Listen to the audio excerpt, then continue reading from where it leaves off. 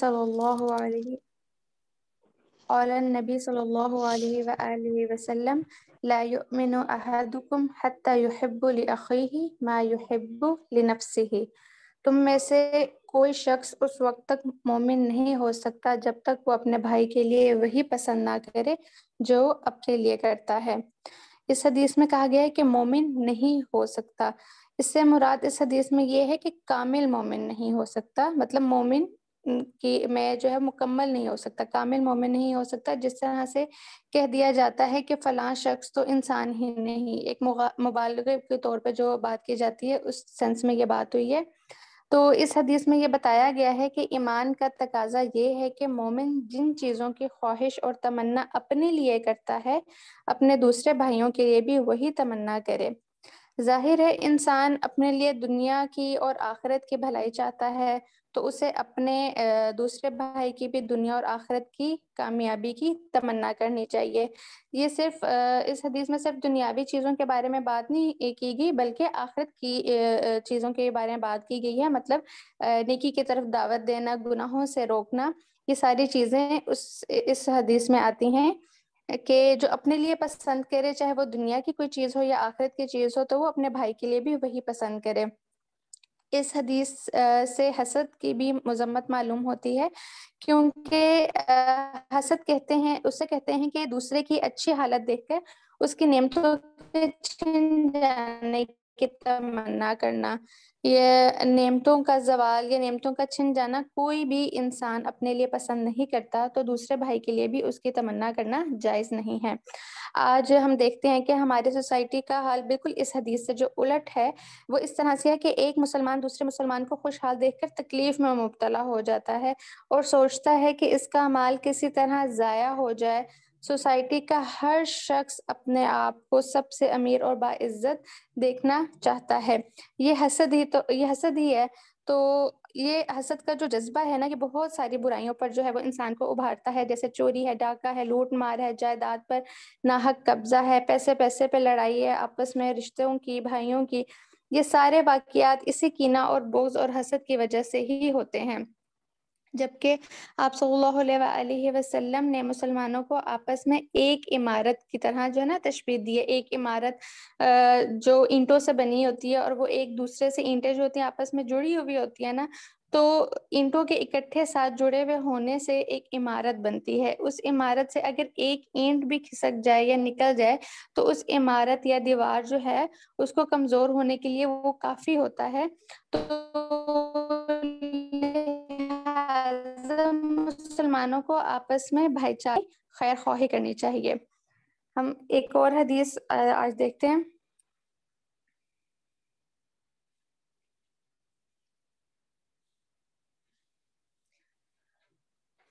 قال النبی صلی اللہ علیہ وآلہ وسلم العین حق، کہ نظر بد لگنا حق ہے۔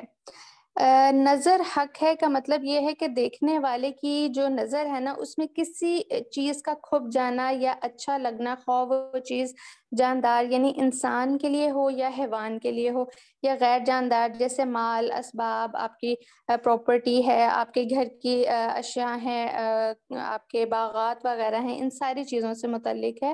اور پھر اس چیز پر دیکھنے والے کی نظر کا اثر انداز ہو جانا، تو یہ ثابت شدہ حقیقت ہے کہ نظر لگنا جو ہے وہ حق ہے۔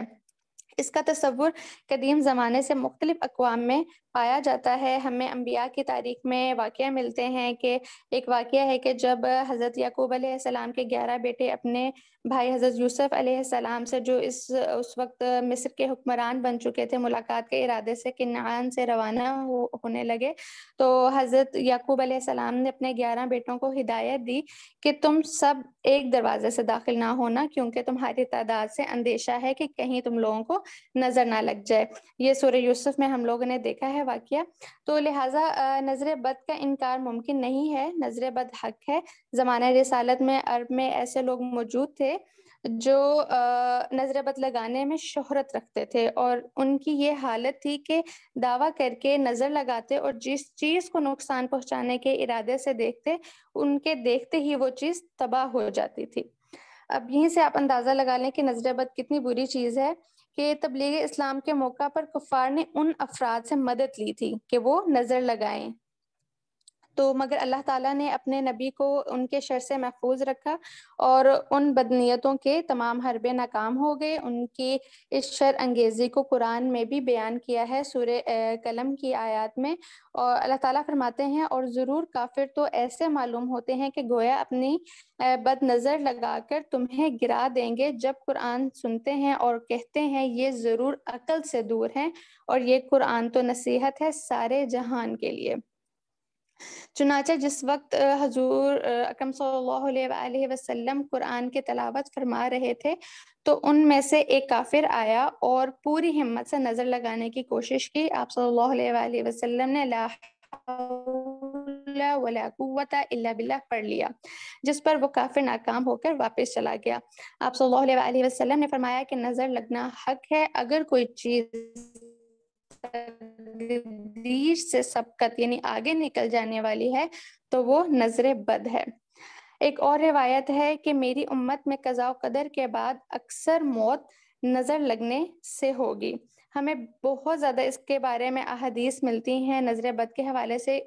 کچھ لوگ جو ہے وہ نظر بد کو نہیں مانتے، وہ کہتے ہیں کہ آپ جو ہے وہ محض صرف ایک وہم کر رہے ہیں، آپ وہم کر رہے ہیں، بلکہ آپ کو نظر نہیں کہ آپ کا وہم ہے، بلکہ ہمیں یہ ثابت ہوتا ہے قرآن و سنت سے کہ نظر بد کا لگنا حق ہے۔ بہت سی ہمارے پاس اس طرح کی روایات ہے۔ اس طرح کی ایک اور روایت ہے جس میں آپ صلی اللہ علیہ وآلہ وسلم نے فرمایا کہ نظر انسان کو قبر تک پہنچا دیتی ہے اور اونٹ کو ہانڈی تک، میری امت کی اکثر ہلاکت اسی میں ہے۔ ایک واقعہ ملتا ہے کہ ایک صحابی رسول صلی اللہ علیہ وآلہ وسلم کو صحابی رسول جو ہیں وہ ان کے جو کسی ساتھی کی ان کو نظر لگ گئی تھی، صحابی رسول کو لگی تھی نظر کسی کی، اور وہ بے ہوش ہو کر گر پڑے تھے۔ تو رسول اکرم صلی اللہ علیہ وآلہ وسلم کو خبر ہوئی تو آپ صلی اللہ علیہ وآلہ وسلم نے فرمایا کہ تم میں سے کوئی کیوں اپنے بھائی کو قتل کرتا ہے، یعنی نظر لگاتا ہے؟ جب تم میں سے کوئی اپنے بھائی کی کسی ایسی چیز کو دیکھے اور وہ اس کو اچھی لگے تو اس کو چاہیے کہ اس کے لیے برکت کی دعا کرے۔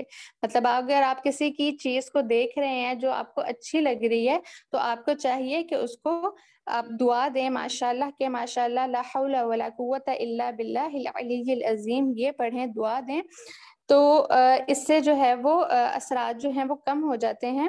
اور آپ صلی اللہ علیہ وآلہ وسلم جنات کی اور انسانوں کی نظر بد سے پناہ مانگتے تھے۔ جب سورہ معوذتین نازل ہوئی، آخری صورتیں جو نازل ہوئی، آخری 2 صورتیں، تو آپ صلی اللہ علیہ وآلہ وسلم نے انہیں لے لیا اور سب چھوڑ دیا۔ مطلب ان 2 صورتوں سے نازل ہونے سے پہلے جو نظر کے بارے میں آپ صلی اللہ علیہ وآلہ وسلم کیا کرتے تھے ان سب کو چھوڑ دیا اور معوذتین کو معمول بنا لیا، اور یہ روزانہ اس کی تلاوت کیا کرتے تھے۔ رات سوتے وقت بھی اپنے دونوں ہاتھوں کو چہرے کے آگے رکھ کے سورہ فاتحہ اور آیت الکرسی اور معوذتین پڑھ کے اپنے منہ سے، چہرے سے لے کے اپنے پاؤں تک ہاتھ پھیرا کرتے تھے۔ یہ سنت سے ثابت ہے۔ تو اللہ تعالی ہم سب کو اپنی پناہ میں رکھے، آمین۔ جزاکم اللہ خیرا، احسن الجزاء فی الدنیا والآخرہ۔